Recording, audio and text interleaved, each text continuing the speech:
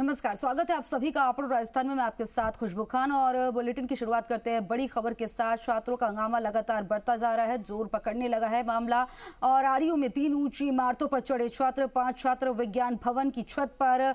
और इसी के साथ आपको बता दें कि एडीएम ब्लॉक की छत पर भी चढ़े छात्र, सेंट्रल लाइब्रेरी की बिल्डिंग पर भी चढ़े छात्र।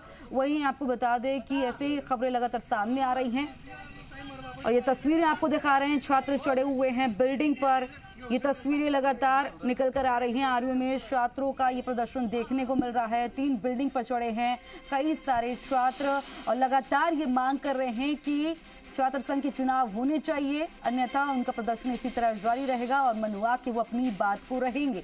आरयू में छात्रों का ये हल्ला बोल तस्वीरें आपको दिखा रहे हैं। 5 छात्र विज्ञान भवन की छत पर चढ़े हैं।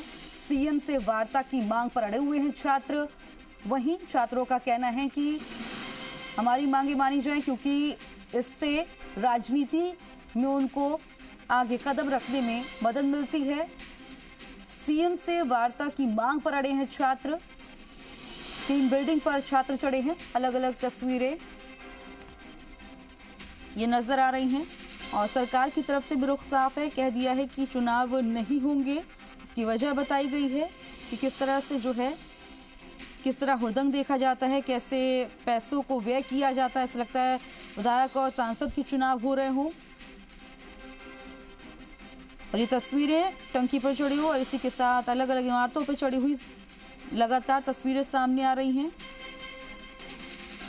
गहलोत सरकार ने छात्र संघ चुनाव पर रोक लगा दी है और सीएम अशोक गहलोत का कहना है कि लिंगदोष समिति रिपोर्ट के आधार पर रोक लगाई गई है। कुलपतियों ने सरकार से छात्र संघ चुनाव नहीं कराने का अनुरोध किया था। सीएम अशोक गहलोत ने यह भी कहा है कि धनबल और बाहुबल को रोकने के लिए रोक लगाई गई है। जोधपुर में रेप की घटना में एबीवीपी के छात्र नेताओं के नाम सामने आए हैं। ऐसे में राज्य में चुनाव नहीं कराए जा सकते, तमाम बातें कही गई हैं। और इस बीच ये छात्र भी अड़े हैं कि पूरे मामले में वो मुख्यमंत्री से बातचीत करना चाहते हैं। तस्वीरें भी आपको दिखा रहे हैं।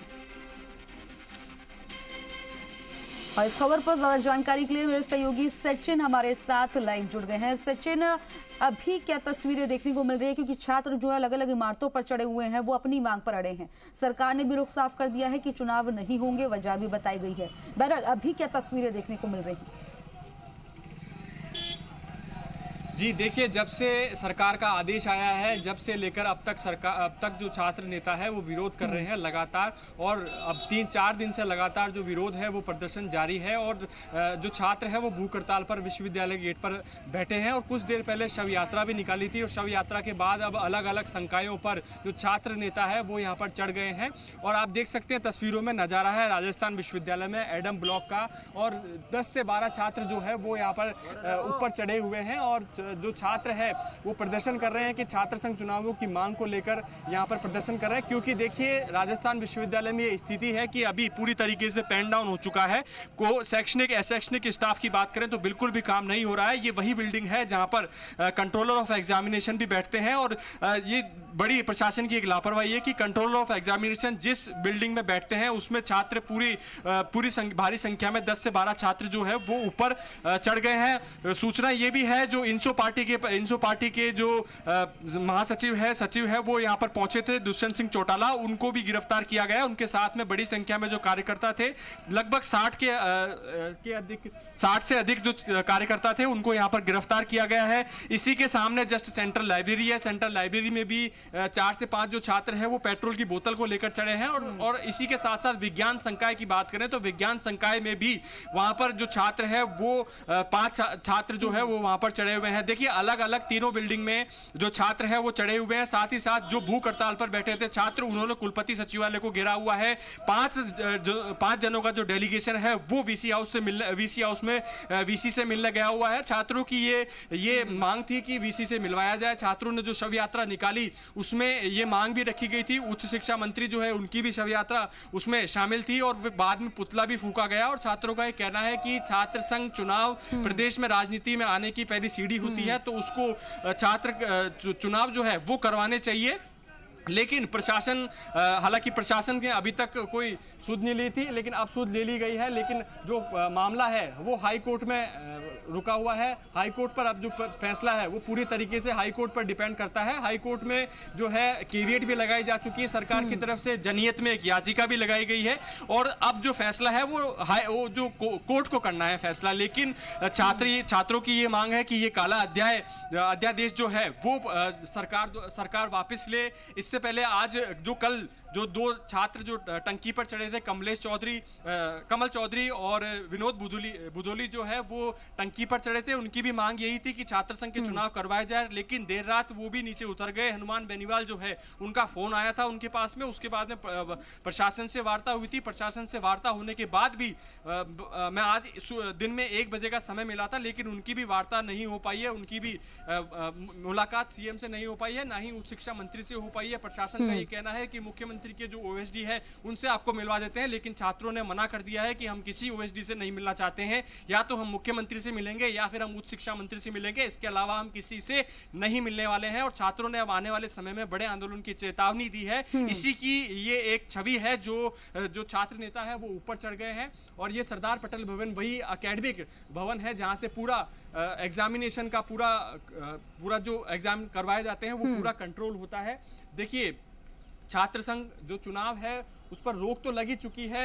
अलग अलग छात्र जो है वो भूख हड़ताल पर है। कुछ कल 4 से ज़्यादा जो छात्र है उनको एसएमएस अस्पताल में भर्ती भी करवाया गया था। लेकिन अब जो है वो 5 सदस्यीय डेलीगेशन जब तक नहीं आता है, जब तक स्थिति साफ नहीं होगी, वार्ता के लिए अभी डेलीगेशन गया हुआ है। जी। और ऐसे में क्या देखा जा रहा है, क्योंकि सरकार की तरफ से कोई वार्ता की पहल की गई हो, क्योंकि जिस तरह से देखा जा रहा है छात्र मांग पर अड़े हैं कि उन्हें सीएम से बातचीत करनी है, इसको लेकर कोई प्रतिक्रिया सामने आई है? बातचीत को लेकर की बातचीत होगी या नहीं होगी?